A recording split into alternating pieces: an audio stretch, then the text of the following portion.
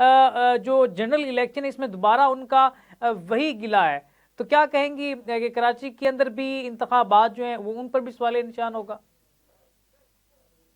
जी अस्सलाम वालेकुम। सबसे पहले तो जो इलेक्शन का इनकाद हो चुका है उसके लिए जो है वो काफी एक समझ लें कि एक ठंडी हवा का झोंका साबित हुआ है। शायद जो पाकिस्तान में एक अनसर्टेनिटी की एक एटमॉस्फेयर थी, जो एक अदम इस्तेकाम था, शायद उसको शायद इस्तेकाम नसीब हो।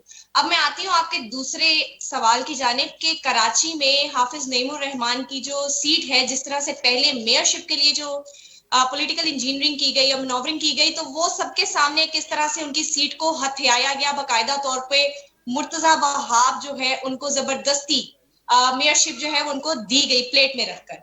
अब दूसरी तरफ बात यह है कि ये जनरल इलेक्शन है, तो ये आपको मालूम है कि जनरल इलेक्शन पाकिस्तान में 75 साल तारीख में अगर हम देखें तो,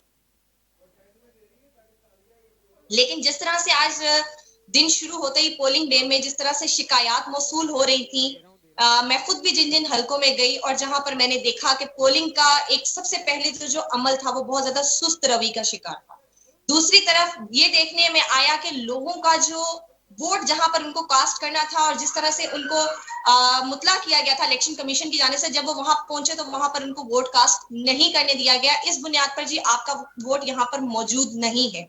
अब तीसरी तरफ हम चलते हैं कि बहुत से हलकों में अभी भी स्टिल इस चीज की शिकायत जो है वो मौसूल हो रही है कि वहां पर जो है धांधली बहुत बड़े पैमाने पर की गई है। और मैं खुद NA 236 में मौजूद थी, जहां पर आलमगीर साहब जो है कॉन्टेस्ट कर रहे हैं। वहां पर बाकायदा तौर पर 6 कमरे बिल्कुल लॉक थे और किसी को मालूम नहीं था कि अंदर क्या चल रहा है। वहां पे जमात इस्लामी जो है वो अपने तौर पे कंटेस्ट करी थी। लेकिन तहरीक लेकिन एक इंसाफ और भी चीज़ है ना जी आयशा साहबा, यहाँ पे जिस तरह से इंटरनेट भी तातुल का शिकार रहा, मोबाइल सर्विस भी बंद कर दी गई, तो क्या समझते हैं ये भी सवाली निशान पैदा करेगा इस इलेक्शन पे?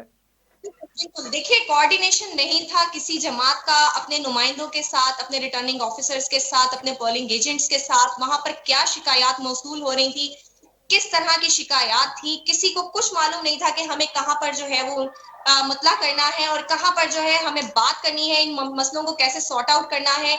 अस्करी फोर जो कि एक बहुत ही गुलिस्तानी जौहर का बहुत ही रिनॉन्ड इलाका है, वहां पर 1 बजे पोलिंग का अमल जो है वो स्टार्ट किया गया।